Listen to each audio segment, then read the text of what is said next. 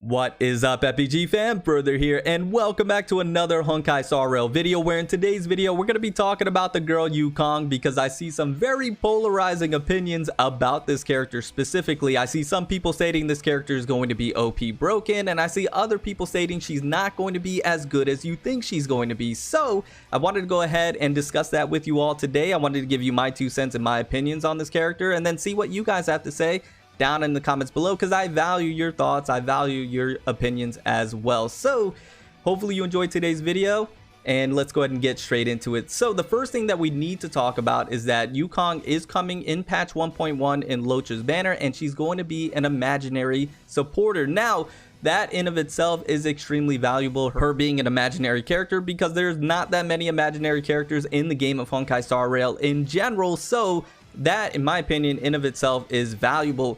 Now we're going to briefly go over her kit. We're not going to go too in depth, but we are going to discuss some of the gripes that people have with her kit, because she is a bit tricky. I will not deny that. Just to get my stance on this character out of the way really quickly up front, I think she's going to be arguably the best, if not one of the best support characters in the game when she drops right next to Tingyun. I think she's going to be that good regardless of what other people are stating, but I will not deny the fact that she is going to be trickier to use, and that's what we're going to discuss. So let's go briefly over her kit. She has a basic attack, does imaginary damage.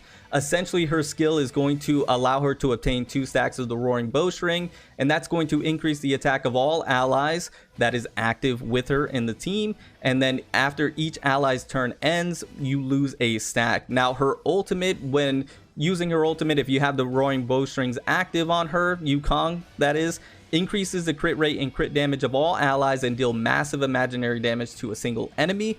So that's fantastic. If we look at the talent, basic attack additionally deals imaginary damage equal to 60% of Yukong's attack, and increases the toughness, reducing damage of this attack by 100%.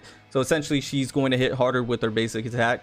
Now if we look at her technique, after technique is used, enter sprint mode for 20 seconds. While in sprinting, movement speed increases by 35%, and Yukong receives 2 stacks of the roaring bowstring when she enters by attacking enemies. So that is her kit in a nutshell, just a brief rundown. Let's go ahead and talk about some of the gripes that people have with this character, starting with her skills. So one of the gripes that people have about her skill is that she's going to be skill point hungry. Now that is true to a degree, but I will rebut that. I think she's pseudo skill point hungry, and what I mean by that is that she is going to need to use her skill so you can get those stacks of the roaring bowstring, so that way you can increase the attack of your allies. But I don't believe that's necessarily what you're going to have to do every single time that Yukong comes around on her turn. I think it's going to be very dependent on your team build, your team composition, and what you have on each character speed wise. I think it's going to dictate if you use her skill that often, or I should say every single time that she comes around.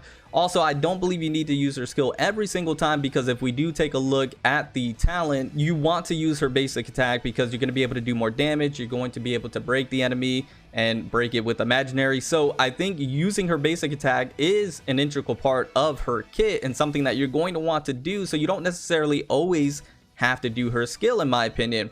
Once again, it's very dependent on your team comp, it's very dependent on your team build, the speed of each character. That's why I say Yukong is a bit trickier, and you're gonna have to go a little more in depth with this character and the builds upon going into battle than you would with a different support character, like let's say for example Tingyun, who's very straightforward. You just put her in there, she does her job. You don't have to think about the team build and team composition as much, and the speed of everybody, because you are specifically buffing a character and the one of your choosing, which is usually going to be your main DPS. With Yukong, it's of all allies, which I did want to make sure that I emphasize it's all allies. It's an AoE buff to everybody, so everybody gets this attack buff, which I think is fantastic, and I think people overlook that. Whereas with Tingyun, it's just only one specific character. But the downside is that the stacks end after each ally's turn, so you could waste those stacks on a healer and a defensive character or shielder like Japard, for example, and those stacks go to waste and they're not used on your main DPS or sub DPS. So I understand that part, and that's the tricky part about Yukong. Even though she's a bit trickier to use, she is offering so much that it cannot be downplayed. She's increasing the attack of all your allies. She is then, if you have it set up correctly, if you have those bowstrings active, you then do the ultimate, and now you are increasing all allies crit rate and crit damage. and you're doing imaginary damage with her ultimate. Like, her ultimate arguably is the best ultimate in the game when she drops, because of all that it's doing. It's doing damage, it's providing one of the best supporting capabilities that I have ever seen on a 4-star character. It just blows my mind what that ultimate is doing, and you just cannot disregard that. You know, you can say that she's skill point hungry, you can say that she is, you know, a little bit trickier to use, understandably so, but all that she's providing, and once again, these are to all, it's an AoE buff, it's not just to one character, it's to all your characters, and she's imaginary. Not to mention her technique. When you're using her technique, you're going to receive 2 stacks of the roaring bowstrings right off the bat.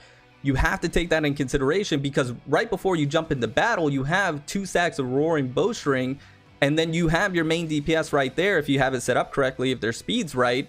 So then they're going to be able to take advantage of the roaring bowstring already, and then you can do the skill, you have it again, you can have a proper rotation already set in place even before you jump into battle because of her technique. I think the technique in of itself kind of eliminates a lot of those problems that people are laying out as issues for Yukong. I think the technique solves a lot of those, but also the Eidolons are going to solve a lot of those issues in my opinion also. But I won't speak about Eidolons in today's video. Maybe in a separate video, or when she drops, we'll talk about the Eidolons. But I think the Eidolons solve a lot of those as well, a lot of the concerns that people have about Yukong. But I think the technique really does clear that up for you. And then you just have to take into account all that she's offering. I know people are wanting to be a little cautious about this character and not hype her up too much. I completely understand, but she's a 4-star imaginary character that is supporting the team in such a way that it almost appears to be that she was supposed to be a 5-star just by what she's doing. It's pretty nutty. And then she's doing great damage on her basic attack. She's one of the best, most well-rounded 4-star characters that I have seen in this game. And I dare say that she was probably supposed to be a 5-star, and they decided to make her a 4-star. And then you get Eidolons for her. She's going to be just nutty. She's going to be absolutely nutty. I don't care what anybody says. She's going to be that good. Anyways, guys, let me know your thoughts down in the comments below. Let me know what you have to say, what your opinions are.